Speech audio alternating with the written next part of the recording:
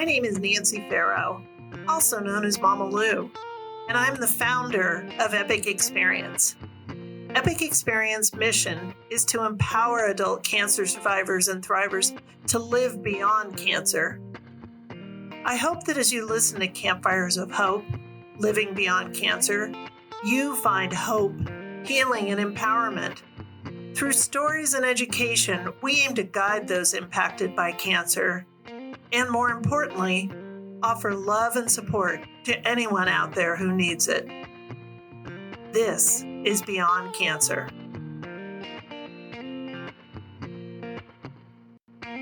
Further times dance through the night with the ghosts of America's mind. Well, he's still on our side, the family man's pride, and hopes we will rise once again. Hello, everyone. This is Gail, aka Sunshine.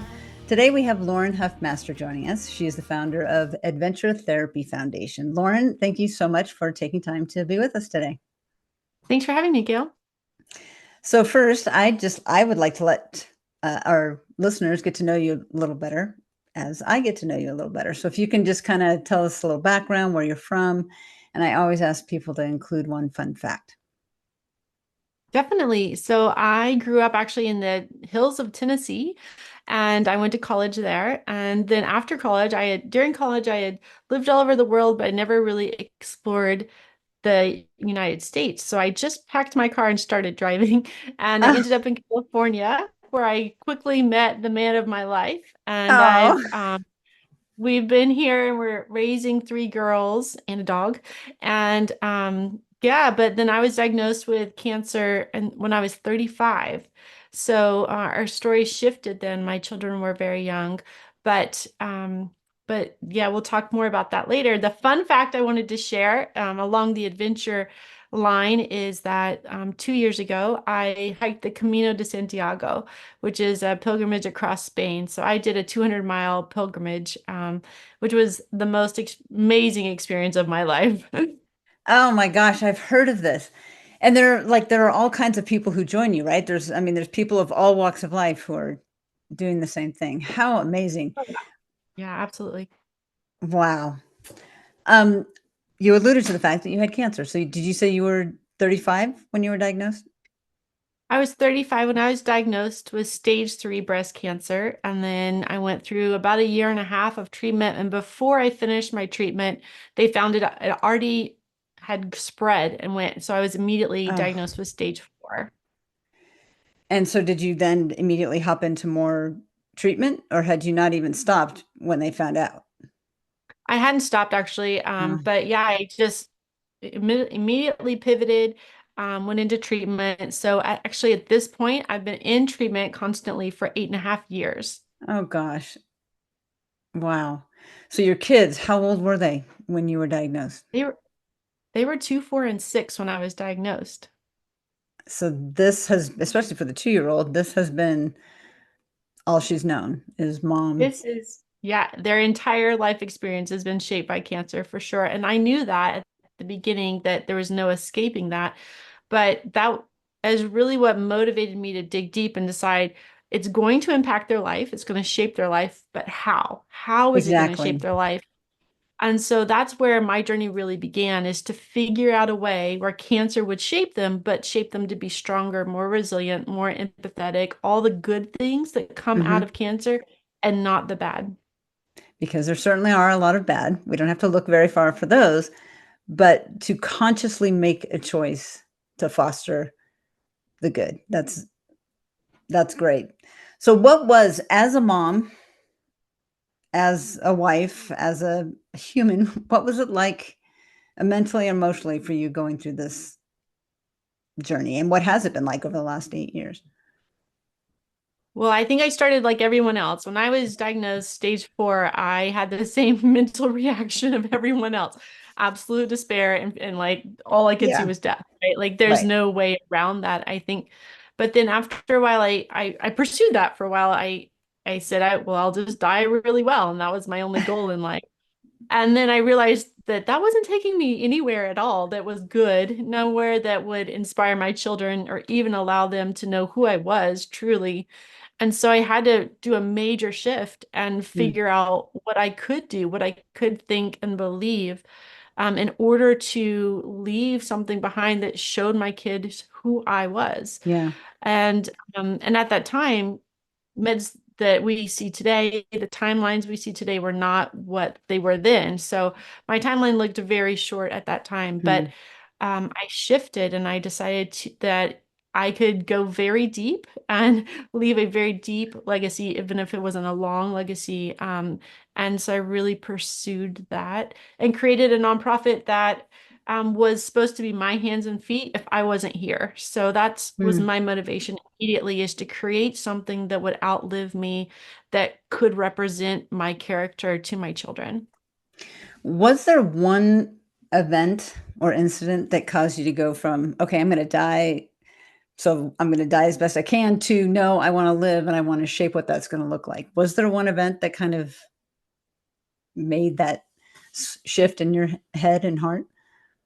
There was. I woke up one morning and I thought about my day, and I realized I was going to spend another day sort of going through a cycle that was trying to clean the house better so that when I died, they didn't have to do that. I don't know what I was thinking really, but I realized that every single day I was just getting more and more depressed and into Mm, despair. I couldn't do that one more day. And I sat there and I didn't know what else to do, honestly, but I sat there until I realized I will not live to die. I have got to start living to live, to have a greater impact. And in that moment, I had to sit there on the side of my bed until I believed there was something else for me to do. And that's wow. what I did. And when I stood up, I already doubted it and I had to sort of fix my brain. And I just all throughout that day fixed my brain to say there is something more for me than dying. And over the course of time, I don't even think about, the process of just dying well. I only think about how to live bigger. But I had to make that decision. And it wasn't a big, profound moment. It was just on the side of my bed with me making a choice on what I was going to focus on. Well, and I like what you said too. You made that choice, but you had to keep making it, right? Because the doubt kept coming back in and it was easy to slide back in. And I think that's an important thing to remember for anyone, that it's a commitment you have to keep making, right? What did you learn about yourself through this whole experience? Both the living to die Lauren and then the not the living to live Lauren. That is a good question. I have found that I have way more strength than I ever imagined. Carrying this burden is a burden. I mean, it's a mental game every day, just like you said. But I can choose what I see in life. I can Mhm. choose what I live in life.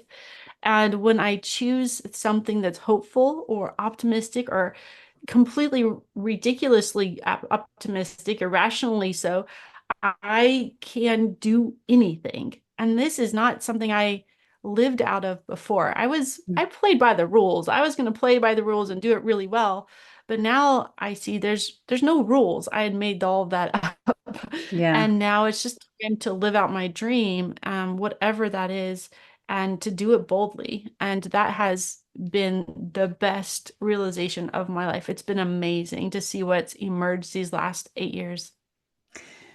And you've already mentioned that you founded a nonprofit. So from that day that you were sitting on your bed, what was the journey from that point to founding Adventure Therapy Foundation?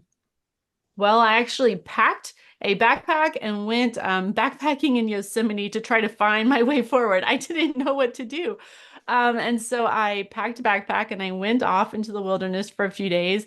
And when I came back and I could see my car, I still didn't have any clarity. And I was so angry. I was like, I was supposed to find my answers, but I didn't. And then I saw my car and I stopped on the trail and I saw my foot and I was like, this isn't fair. I'm supposed to know what to do now. Yeah. And in that moment, I sort of looked out, and that was actually what I think of now as I looked out on the horizon and realized how trapped I'd been feeling, how closed off all this time of my early treatments and now with this terminal diagnosis. And I looked at the horizon and I just felt the interconnectedness of life and all the hills and the Mm. trees and the animals. And I said, I don't know what I can give away, but I want to give away this feeling that we are all connected and everything about us is connected to the other parts of us. Cancer is not just this box on the side, it's connected to our emotions and connected to our family and all the other things that we're living out. And that's what I really wanted to start giving. And so I came back from that trip and I had met a lawyer who said he would help me. And I just called him and I said, I want to start. This is what I feel right now. And he said, let's do this. And so we started. I hope you enjoy this episode of our Campfires of Hope podcast. Here at Epic Experience, we make it our goal to serve the cancer community through our collective programs such as this podcast, our week-long adventure camps, regional programs across the country, and Thrive VR, a custom virtual reality experience benefiting patients in cancer centers. If you would like to be a part of our community of supporters, please go to epicexperience.org and click Donate. Thank you for listening to Campfires of Hope, Stories of Cancer. With gratitude, Wingman, also known as Colin Farrow, Executive Director of Epic Experience. Epic Experience is a registered 501c3 organization. So what is the, I guess, founding principle? I mean, what are you hoping to do through your nonprofit? We have gone through a few iterations because we had to live through COVID and all of these things. But Oh, yes. at this moment, we are trying to minimize the emotional side effects of cancer. And we serve not just the patient, but the family. So looking at how cancer is impacting the children, the spouses, the caregivers, and the patient, and really acknowledging and putting words to the emotional experience of cancer, which is a very difficult thing to Mm. do. It's not been done much before, but we're trying to. So we created online videos, podcasts. We have a few books. This is the gift we're giving the community because I Mhm. have lived through sort of every aspect of cancer. I lived out of stage 3, I did all the hard stuff there. Then now I've been living stage 4 for 7 years, and I don't have any hair. I've gone through chemo multiple times, recreated my identity multiple times. And so I feel like there's a lot I've experienced that I can help others as they start their experience, help them forward. And why the name Adventure Found? How Yeah, does that adventure. fit in? Yeah, I think adventure is so important because it looks at an uncertain situation. Like if you start out on a trail you've never been on, and it's going to be hard, you're going to be sweat, you're going to fall and bust your knee, like it's going to be hard, but we keep going because we expect something good at the end. There's like a waterfall or a view or something amazing we can experience. But we have to go through a lot of really hard things to get there, but we don't think about it. We have our mind focused on this outcome. And I think that's a practice we can apply to cancer, experience of cancer. There's uncertainty every day, whether you're stage 1 or stage 4, and there's hard things along the way, no matter where you are in your journey. But if we can just put our focus on something positive at the end of this process, and we will keep going, and we will keep going and find more good than we expected. But if we don't, if we focus on the negative, on the hardships, on the terminal, whatever it is, we're not going to find that good. So for me, adventure, if we can apply adventure to just about anything in life, we're Yeah. going to live better. And that is what I want people to learn along the way. We have to learn how to shift our perspectives to live well through cancer. And I realize I've still been calling it Adventure Found. That was somehow stuck in my brain, but the name is actually Adventure Therapy Foundation. But you are kind of helping people find that adventure and working through the emotions and all that comes with it, giving it kind of a therapeutic approach. So I just want to clarify that it is Adventure Therapy Foundation is the actual name. And we do give away ventures as well. So we have retreats and we have individually organized retreats for families. So we have group retreats and individual retreats. So we do have that as an aspect, but the bigger purpose again is for us to rediscover that interconnected with this perspective, this mental game of we're looking for the good, the adventure inside of life. Yeah. What do you think it is about adventure that brings out a different side of people? And can you share a story that kind of illustrates that? Yeah, for sure. So we'll go back to the Camino when I 200 miles, like this is an unfathomable amount for me. Other people might be or are much stronger, but it's just this idea that if I walked every day, I could accomplish and get to this place that would be transformational for me. Mm. And when I arrived, it was amazing. But actually, every step and every day and all the experiences I felt along the way were what made the transformation inside of me, not the end result. Hmm. And so I think that adventure just creates this expectation of good. And cancer does not have we It don't does have not. expectations of good in cancer or any hardship, right? But in an adventure, we shut out all the things that hurt, the blisters on our feet, the rubbing of the pack and all the things. We shut it out. We just don't even acknowledge it's there because we're focused on the good. Hmm. And then we learn we're stronger than we thought. Life is more beautiful than we thought. Even just the grass or the trees make us light up inside. And all of that together, I feel like is a philosophy we could apply to life every single day if we just embrace it. Yeah. And I don't know if I'm not asking you to share names necessarily, but if you think back on the people who have taken part in the adventure therapy, some aspect of what you guys offer, can you think of an example of how it has changed someone's life going through this process? Definitely, definitely. Let me think. So the people that we take on retreat, I'll start there because it's more physical. I can see them being there. There was one family and they had a young daughter who had cancer and was currently in treatments. And the family arrived on retreat and it was a snow retreat. So we're sledding and doing all the snow things. And they were their heads were just down. They couldn't even see Yeah. where they were, what was going on because the family's exhausted. Hmm. And we scooped in, we picked up the girls and we took off and we took them on sleds while the parents just sort of stood there and like watched. And immediately they connected with other children. They were running around laughing their heads off. And it was just that you could see the childhood re-emerge, Hmm. through the exhaustion, through the loss and the grief of all the things.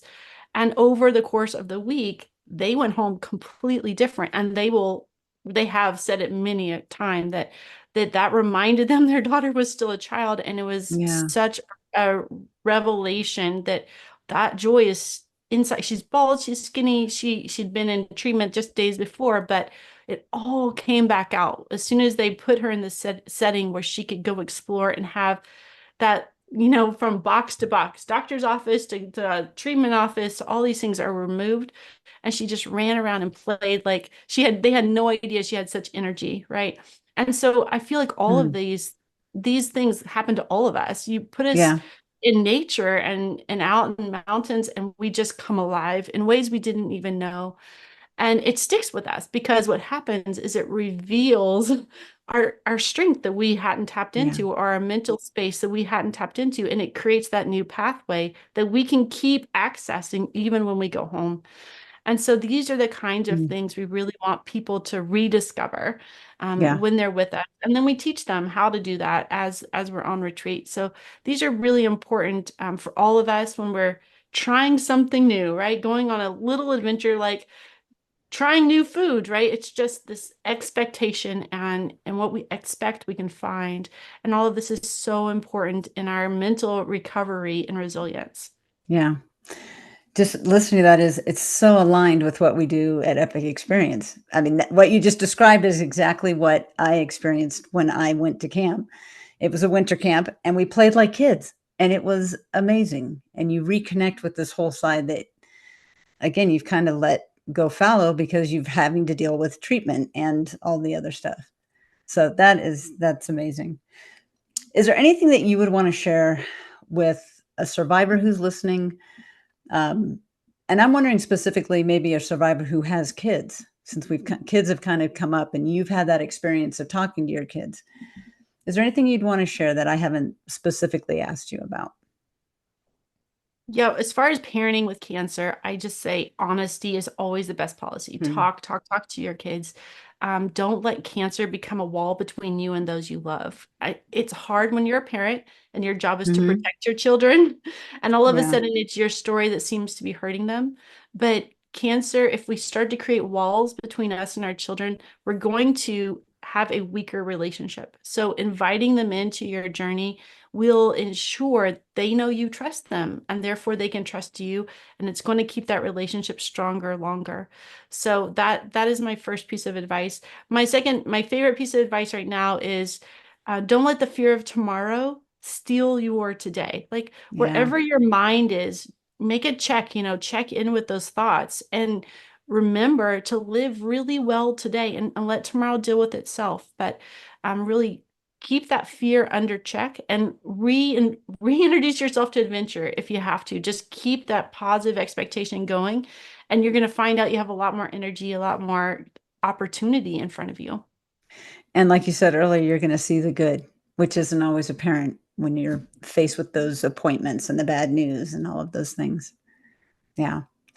Well, a question I always end with is marshmallows over a campfire, slow and steady, or flame and crispy? It has to be mushy to the middle, guys. Like, what are you thinking? And so that golden on the outside, that took a long time, so the whole thing just disappears in your mouth. That is the only way for me. Well, you sound like an expert. Sounds like you have done a lot of outside activities. So that sounds wonderful. Lauren, thank you so much for joining us. Again, the name of the nonprofit is Adventure Therapy Foundation, and I'm sure you can be found online. And if you're listening and you have any questions, feel free to email us. And again, I thank you for your perspective on finding the good in something that is definitely not most of the time. Thank you for having me. And for the rest of you listening, until the next time we gather around the campfire, keep living beyond cancer.